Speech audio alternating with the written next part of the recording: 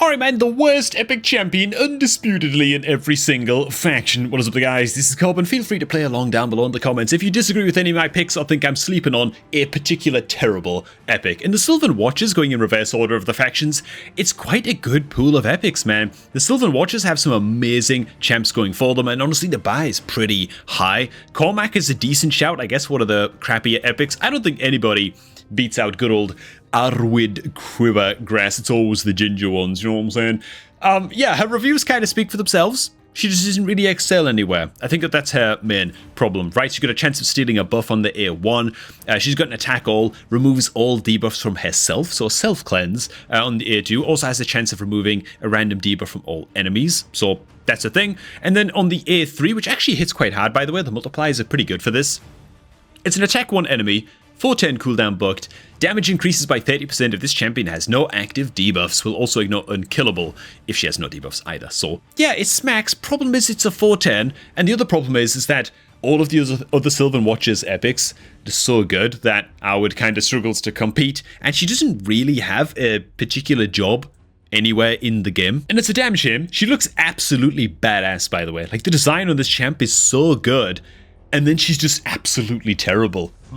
I don't know, man. This is one of those videos where I know for a fact somebody in the comments would have like, well, I 6-starred my Arwid, and I think that she's great. Well, okay, man. Like, you know what? You do you. You know, there's always going to be a defender for every one of these champs in the game. But hey, I gotta pick somebody for every faction. You know what I'm saying? And some factions it's really, really hard to pick as well, man, because there's just a lot of good or very, very average epics. So some of them are going to be quite difficult. Honestly, Shadowkin, another of those factions with just a lot of either very, very good or very sort of average epics that is kind of tough to pick from. I think my pick for the worst epic in Shadowkin is probably going to be Umetogi, just because she does pretty decently into Bommel, I believe, but just nothing anywhere else. And I feel like if you're going to build a champion for just one specific area of the game, they better be like a massive upgrade for that one area of the game, if not like a solo carry champion. Because I mean, there's epics in the game that can solo Bommel.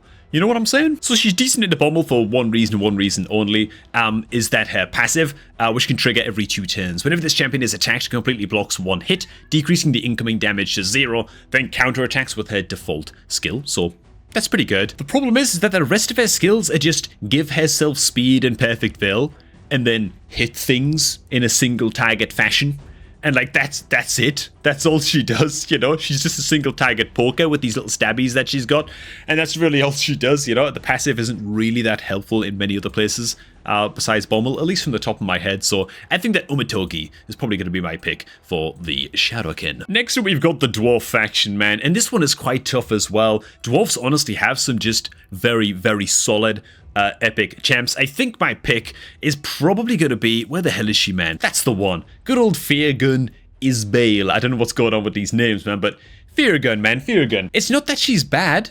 She's not actually particularly bad. She's not the worst epic in the game. Well, I mean, she's not great, but she's not like standout bad, is what I'm saying. Again, she's pretty good into Bommel, right? Just because she has like some bomb mechanics, she places bomb debuffs and all of that kind of stuff. It's great. She's just fine into Bommel. But again, if she only does decently well into one area, especially if it's an area of the game that you can literally solo with one epic champ, the good old Booba lady, then why build her out? And especially why build her out when she's part of the Mikage fusion, you know, which is going to be the case for most people's accounts probably watching this video, you know. She's a fusion component, so you'll be taking her up to level 50 and then putting her in the vault ready to fuse Mikage 90% of the time, you know? And so maybe that makes it a little bit of a cop-out actually to pick Feargun, but I'm going to put her down as my pick anyways, man. Okay, on to the Knights Revenant, and it's gotta be, the worst, it's gotta be Rectodrath. No, it isn't. Rectodrath is insane, and you can get a free copy of Rectodrath by using my beginner promo link down below, man, at the top of the video description box.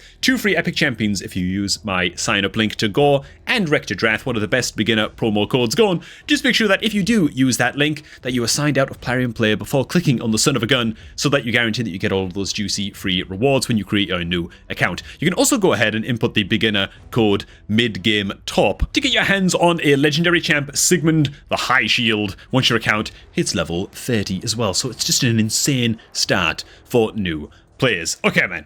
Knights Revenant, worst epic actually. Let's get serious now. This is serious business. Bergoth? Bergoth or Franox? Some people really swear by Franox. I'm going to stay away from Franox. Lydia Resh is pretty terrible too. Ooh, I think it's got to be Bergoth. There goes the doorbell. Oh my god, dude. After reviewing this guy's kit, I can't even believe how bad he actually is. Like, outperformed by Rare Champions bad. A little bit of continuous heal placement on his A1, or at least a chance to place it. On crit, by the way, so you need to build him with 100% crit as well.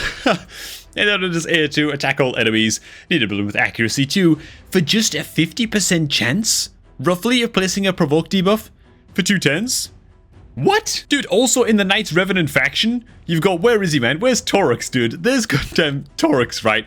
Torix has got an attack all enemies on a 3-turn cooldown. So it's a shorter cooldown and has a higher chance of placing a provoke.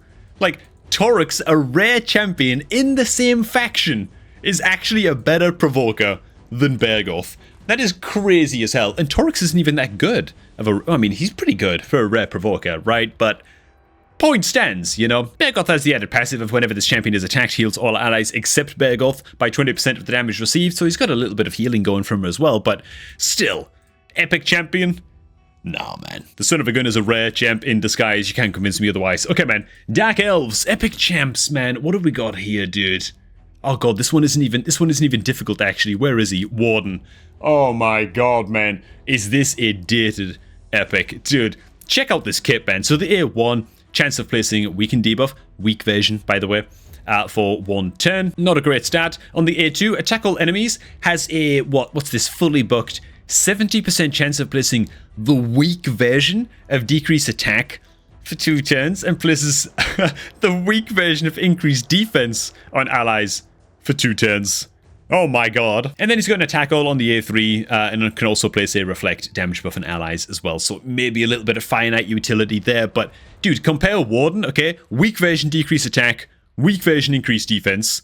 Bear those in mind. Then if we just go on back to the Shadowkin faction and check out Hitatsu, who has a higher chance of placing the strong version of decreased attack and brings continuous heal and the strong version of increased defense. And like Hitatsu was just like, well, is he one of the best epics in the game? Probably not. You know, he's good. I don't regret maxing him out on my own account. He's been a great help for me, you know. But hopefully that paints a picture of just how far behind poor old Warden is. Undead Hordes, man. This one's going to be a bit controversial, dude. This one's going to be controversial. Some people really like this epic champ, and I know that for a fact. For me, it's got to be Lich, man. It's got to be Lich. I don't know, what does he actually do? Okay, the A1 is got a small chance of placing decreased accuracy on a single target hitter, okay? On the A2, place an increased defense buff on Lich, only Lich, and heal this champ by 20% of their max HP. Alright, like, fair enough, okay? So does he have, like, an AoE provoke or something? Like, what's going on here, you know? That's kind of what you'd expect, anyway, to combo with a skill like this. Then on the A3, attacks one enemy, decrease the target's 10 meter by 100%, and place a decreased speed debuff for 2 turns. Oh, so the rest of his kit is actually kind of irrelevant almost everywhere, and the only selling point of this champ is a fully booked up A3, which is like a 310 cooldown, 10 meter deleter, and a decreased speed. And I don't know, dude. This is on a 3-turn cooldown, a full, like, a decreased target's 10 meter by 100%. So best case scenario is that the enemy's 10 meter is literally at like 99%, so it's like a full 10 meter decrease. Otherwise, he's outperformed in terms of 10 meter control by an Armiger? I mean, I know Armiger doesn't bring the decreased speed, but he's an uncommon champ who decreases 10 meter by 30% on his A1. And so it's like, I don't know, dude, I just think Lich sucks. Like, do people actually build Lich out? Have you ever built him out? Did you regret it? Did you feel good? Was he, like, decent for progression or something? Maybe you took him to, like, level 50 and he helped you out in that way? But I feel like Lich is kind of bad, man. And before we leave, Hexia would probably be my honorable mention for just terrible epics as well in the Undead Hordes. Okay, next up, man.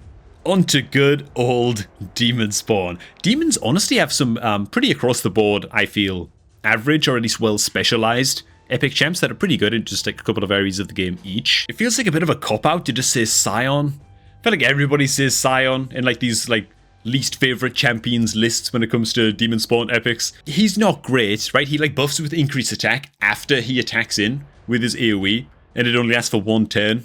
So, like, you never get to... Okay, it's just not good. It's a very, very strangely designed champ. I might go ahead and call out Tynix for being horrible. And a free champion, by the way. Everybody gets a free copy of Tynix Hateflower. Yeah, attacks 2 times at random on the A2. Not great that it's already random. Heals all allies by 3% of this champion's HP, with each hit on targets under decrease speed debuff. So it's a 6%, you know, team-wide heal, as long as the enemy is under decreased speed. So does she bring like an AoE decreased speed? Well, she actually does. But first of all, in order to make this decreased speed 100% reliable and a 3-turn cooldown, you gotta pump, what, 7 skill books into this A2. Obviously, you've also got to build her out with accuracy, and then you've also got to build her out with 100% crit, because it's an attack 1 enemy, chance of placing decreased speed, has a additional, I guess, 100% chance booked of placing decreased speed debuff on all enemies for 2 turns if this attack is a crit. And then on her passive, she soaks a little bit of damage for allies, right? She soaks 5% of all damage that allies take, which, I mean, is fine. It's fine as a passive if it was alongside a good kit. But that's all she does, man. 6% healing every time she A1s, and a very, very conditional decrease speed on all enemies on a 3-turn. And yeah, for how stat hungry she is, and for how many skill books she takes to make decent, that have all just got to get funneled into one ability, and for how few areas of the game that she actually specializes in, which, I mean, is basically nowhere. Like, I don't know, man, Faction Wars, maybe? Yeah, Tynix Hateflower, I feel pretty confident calling her out for being in need of some serious buffs. Dude, why did Plarium not go ahead and buff these epics, man? Some of these are, like, so obvious. You know what I'm saying? Anyways, man, onto the Orcs faction. Dude, Terror Beast is not going to be my pick, but I mean, no, Terror Beast is awful. What am I talking about? Terror Beast could be my pick, to be honest. I'm especially salty about Terror Beast because I fused Packmaster, Plarium. I'm still waiting for a decent Hound, Plarium, to play alongside my Packmaster. God damn it. He's just sitting there at level 50. I ain't even going to bother 6-starring that guy until we eventually get some decent Hound buffs or a new Hound champion to use alongside him. Is it going to be Tolf? I pulled a Tolf recently, man. I was so sad. I was so sad when I looked at his reviews and stuff. I mean, he's actually decent into one area of the game. There it is. Phantom Shogun's Grove. And so Tolf, I mean, let's just break down what he does in case you're not familiar. Double hitter on the A1. This attack cannot be critical, but each hit of this attack heals this champion by 30% of the damage inflicted, okay? Now, he's got a little bit of a funky A2 as well, but frankly, I'm not even going to read it. The guy's useless basically everywhere in the game, okay? Like, pretty much, okay, generally speaking. But in Phantom Shoguns, with a high enough gear, and a Blood Shield ring, and a high, like, blessing score, so you got him, like, 5-star awakened or something, he can solo stage 25 of Phantom Shoguns. So you get a high-level soul, you key in the emergency heal blessing, you put on the Blood Shield ring, then you just build him with high speed, as much health as humanly possible, so his A1 actually does something, because damage is based on HP, and then he just A1s down the Phantom Shogun. And that's it. That's like his one use. So unless you've got like a 4-star soul at I mean, it's really like 5-star soul and upwards for Tolf the Maimed, you're going to really struggle to pull this off at the higher levels of Phantom Shogun. So even then, even in this tiny little niche where you can find some use, most players are just never going to stumble into the possibility of coming through with that build. So yeah, I don't know, Tolf is going to be my pick, man. Onto the Skinwalkers. And you know what, man, just for the noob bait alone that Yaga is, I'm going to go ahead and call him out, because I mean, there's a lot of new players that watch this channel, which is awesome. Welcome everybody, by the way, and hopefully you learned a thing or two about the game, and we're helping to teach you all the ropes and all of that good stuff. But yeah, Yaga is a free champion that you get after 60 days of playing Raid. Don't build this guy. He's useless. He's outperformed by literally uncommon champs like Outlaw Monk in terms of being a clan boss poisoner, because he's just not worth your skill bucks, right? Outlaw Monk is much easier to build if you need a poisoner for Demon Lord clan boss. Don't build out Yaga, man. His A1 has a chance of placing 5% poison. His A2 has a chance of placing a couple of 5% poisons. And his A3 isn't even worth looking at, man. That's basically all he does. He just whacks things and places poison. He only has use into Demon Lord clan boss. Some very minimal use, I guess, into Dragon, but yeah, he's just never worth building out in terms of skill books and stuff like that. So it's just, God, man. Christ. I can only imagine people playing Raid who like don't check YouTube videos and don't like know what websites to check on to see which champs are actually worth building and stuff like that. How many people build out their Yaga and just have no idea? They have no idea, like, the resources that they're squandering, you know? Oh, man. Okay. On to Lizardmen. Man, we got some pretty dated epics in Lizardmen, dude. I feel like the Lizardmen and the Skinwalkers get neglected. Well, Skinwalkers not so much, but definitely Lizardmen. Like, one of the oldest factions, and yet one, like, some of the least epic champs. Total. My pick for this is probably going to be good old Drake. The extremely squishy Drake, by the way. Sub 900 defense. Not that fast, 14k HP to start out with. Yeah, pretty squishy stuff, which isn't good for Drake for a particular reason, I believe. So his A1, attacks one enemy, get an extra 10 if the target is killed. Basically only decent in the campaign, let's be real. The A2, attacks one enemy if the target has less than half HP. This attack is always critical. Kind of odd, given that most damage dealers in the game you want to build out with 100% crit rate anyway, so this might as well just be attacks one enemy, especially when you read the A3. Attacks one enemy, places a decreased speed and decreased accuracy debuff on all enemies for 2 turns if this attack is critical. So yeah, you actually have to build them out with 100% crit, which makes this extra bit of text on the A2 completely redundant. Okay, so that makes no sense, and it deserves to be called out just for that reason. But yeah, so he places AoE decrease speed, AoE decrease accuracy. That's actually pretty good. That's actually like an okay thing to bring into Hydra. Problem is, he doesn't really do damage, and he's squishy as wet toilet paper, and so yeah, he just kind of ends up being useless. Next up, we've got the Ogryn tribes. Man, we're blasting through these boys. The Ogryn tribes honestly have a lot of, I want to say, the very like impressively average epics almost across the board. Apart from, like, of course, like Ugo is just top 3, if not like one of the best epic champions in the game. Obviously, Skrank is also great, but the rest of them are kind of just good, you know? And then there's Grunch. I think that Grunch's problem, and he's going to be my pick, in case that wasn't obvious, is that, yeah, he's another one of those bomb champs, man. Any champ that kind of leans on bomb synergy and playing alongside other bomber-style champs has the issue of just being so niche that unless you collect a whole bunch of champs that have bomb synergy and do things with the bomb mechanic, then they kind of just end up sort of falling by the wayside a little bit. And so I'm just going to go ahead and pick Grunch, rightly or wrongly, as the worst epic for the Ogryn tribes. I mean, I think. Just based on the fact that he's very niche, and that bombs are only really, like, they only really excel against Dreadhorn Bommel, so I'm gonna go ahead and just pick Grunch. Screw it, we're moving on. Barbarians. Man, there are definitely a few ways that we could go with this, to be honest, and I think that this is one of those where folks are gonna disagree with me quite a bit, but I'm actually gonna go for Harken. She's down here, she's a Void Epic, so therefore, I mean, she's a Void Epic, she should be one step away from being a Legendary, right? Well, let's check out this gal's kit, shall we? The A1 attacks one enemy, place an extra hit if this attack is critical. Right away, she has to be built with 100% crit. Not surprising, she's an attack-based epic, but yeah, requires 100% crit. A2 attacks one enemy, 100% chance of placing a weaken debuff on the target for 2 turns before attacking. So at least it's before attacking, got that going for her at least. It is on a 310 cooldown, and yeah, it's a debuff, so she also needs accuracy as well. Okay, little bit stat hungry. It happens sometimes with these accuracy requiring nukers. Fair enough. The A3 attacks one enemy, applies a debuff spread effect, taking 2 random debuffs from the target and placing them on all enemies, extends the duration of those debuffs by 2 turns. What we're really looking for here, right, is like what? Spreading HP bend debuffs? That kind of thing. Maybe Hex. Mostly HP bend though, I think. And I think the issue here is that her whole kit sort of feels like one big mismatch. So she's niche enough that you got to play her beside somebody that you're really desperate to spread the debuffs. Like, we're talking like Hydra and like Spider, right, to spread like HP bend. Maybe, I suppose.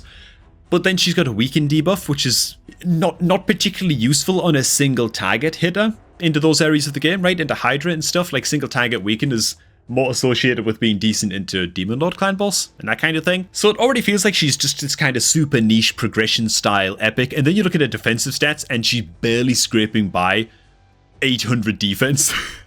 And so she's squishy as hell, and so that rules her out of Hydra as well. Like, you can't take a champ like this into Hydra. Even if she had like an attack all that applies weaken, she probably wouldn't find her way into Hydra, you know, with that low of defense. It's just hard to kind of compensate for that when you need to build accuracy, crit, and defense, and then make sure that she's doing decent damage, and making sure that she's got a reasonable amount of speed.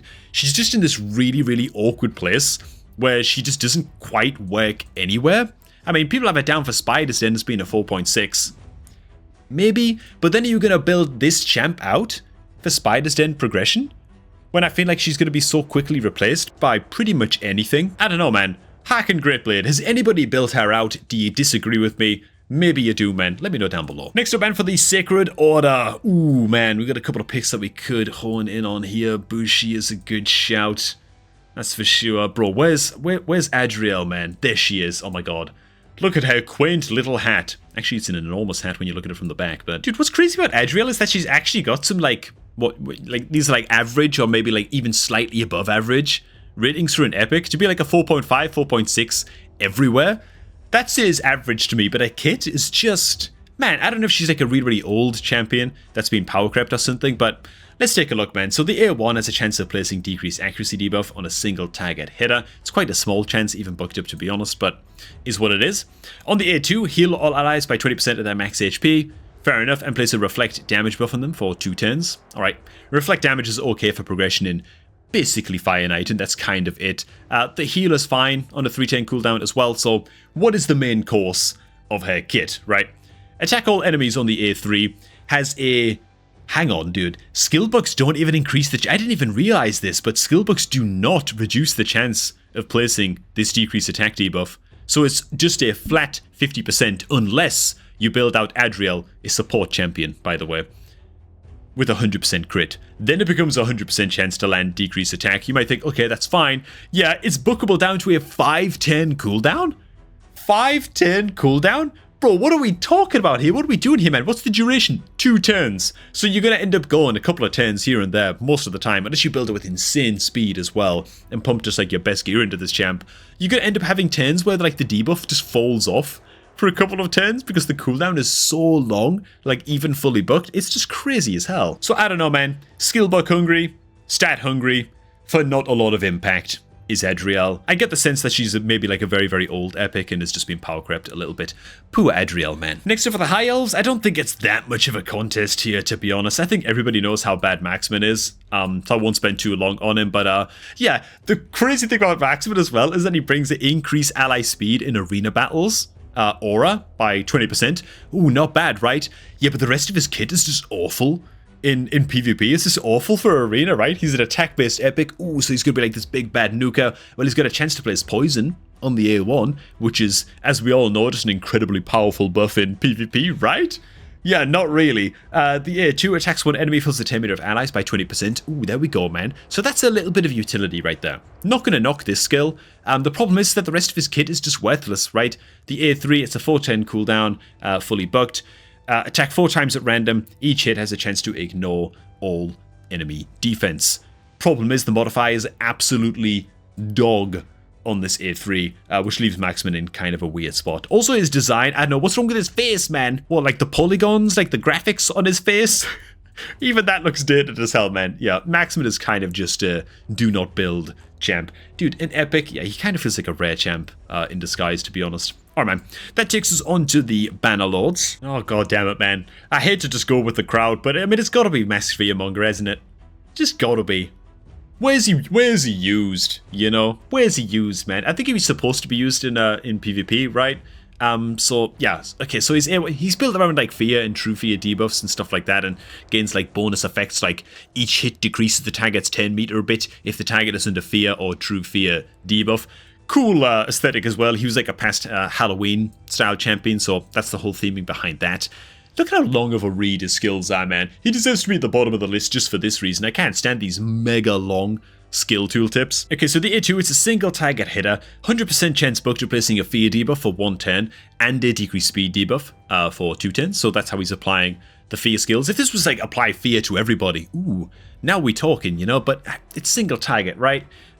So also has a 100% chance buck to placing a true fear debuff on 2 enemies for 1 turn. If this attack kills an enemy. I mean, it's just very, very, very, very conditional for not a whole lot of impact. You know what I'm saying? And then on the A3, attacks 1 enemy, ignores some of the target's defense if they're under a fear or true fear debuff.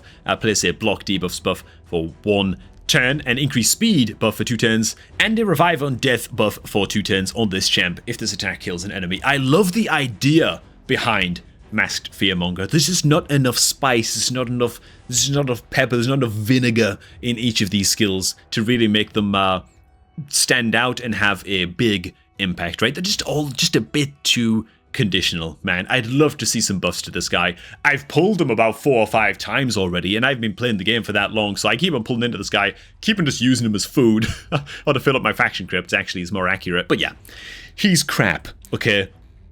We'll leave it at that. Hey, hope you guys did enjoy this one. If you disagree with any of my picks, make sure to go ahead and plop them down below in the comments, man. Let me know where you disagree, if you built any of these champs, and how you found them. Hey, while you're down there and you want to start off a new Alt Raid account, then make sure to do so using my beginner promo link down below at the top of the video description. Hit that link after signing out of Plarium Play to guarantee yourself 2 free epic champions when you create your fresh new account. And don't forget to use the good old promo code MidGameTop to get yourself the High Shield Legendary Champ once your account hits level 30 as well. The best ways to kickstart your new Raid account, man. Hey, thanks for watching, guys. Hope you all did enjoy it, and we're going to catch all of you all just a tad bit later, man.